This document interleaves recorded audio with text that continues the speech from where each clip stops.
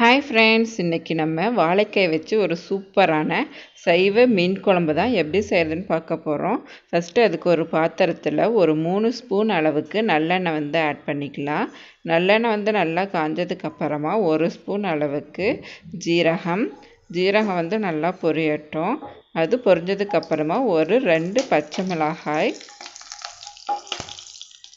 அது கூடயே ஒரு பெரிய வெங்காயம் வந்து நீல வாக்கில் கட் பண்ணி வச்சுருக்கிறேன்.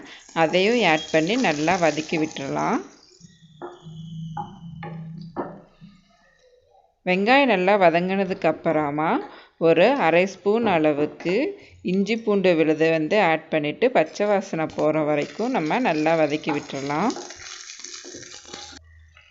இப்போது இதுக்கு தேவையான மசாலா பொருட்கள் எல்லாத்தையும் வந்து நம்ம சேர்த்துக்கலாம். 1 ஸ்பூன் அளவுக்கு மல்லித்தூள், ஒரு அரை ஸ்பூன் மிளகாய்த்தூள், 1/4 ஸ்பூன் அளவுக்கு மஞ்சள் தூள். இது எல்லாத்தையும் ஆட் பண்ணிவிட்டு அதோடைய பச்சை வாசனை போகிற வரைக்கும் அந்த எண்ணெயிலேயே நல்லா வதக்கி விட்டுறலாம்.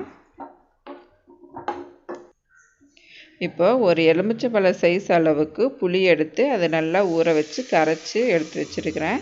அந்த புளி தண்ணியை வந்து நம்ம ஆட் பண்ணிவிட்டு நல்லா மிக்ஸ் பண்ணி விட்டுறலாம்.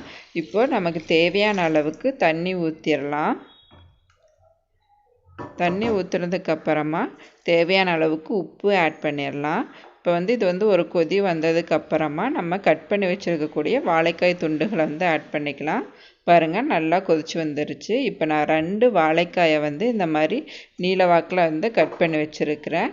அந்த வாழைக்காய் துண்டுகள் எல்லாத்தையும் வந்து நம்ம ஆட் பண்ணிக்கலாம்.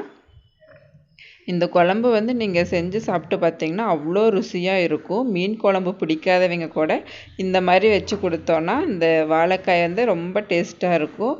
வாழைக்காய் சாப்பிடும்போது அந்த மீன் சாப்பிட்ற மாதிரியே இருக்கும். நீங்கள் கண்டிப்பாக இந்த ரெசிபி வந்து ட்ரை பண்ணி பாருங்கள். இப்போ நம்ம கட் பண்ணி வச்சுருக்கக்கூடிய வாழைக்காய் துண்டுகள் எல்லாத்தையும் வந்து ஆட் பண்ணிக்கலாம்.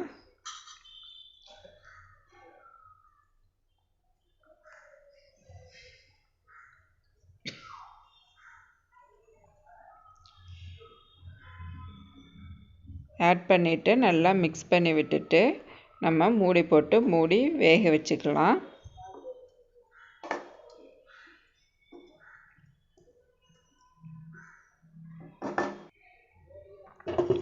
இப்போ இதில் இருக்கக்கூடிய தண்ணி எல்லாமே வற்றி வரணும். அப்போ தான் வந்து நமக்கு குழம்பு டேஸ்ட்டாக இருக்கும்.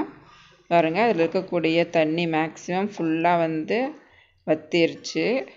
இன்னும் கொஞ்சம் நேரம் அப்படியே அடுப்பில் இருக்கட்டும். சிம்மில் வச்சு வேக வைங்க.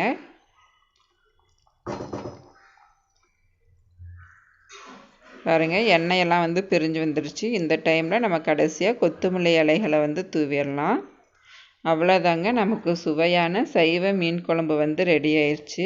கண்டிப்பாக இந்த ரெசிபி வந்து உங்கள் வீட்டில் ட்ரை பண்ணி பாருங்கள். ட்ரை பண்ணி பார்த்துட்டு எப்படி இருக்குன்னு கமெண்டில் சொல்லுங்கள். இந்த ரெசிபி உங்களுக்கு பிடிச்சிருந்தால் மறக்காமல் நம்ம ஃபுட் இன் பாக்ஸ் சேனலை சப்ஸ்கிரைப் பண்ணுங்கள்.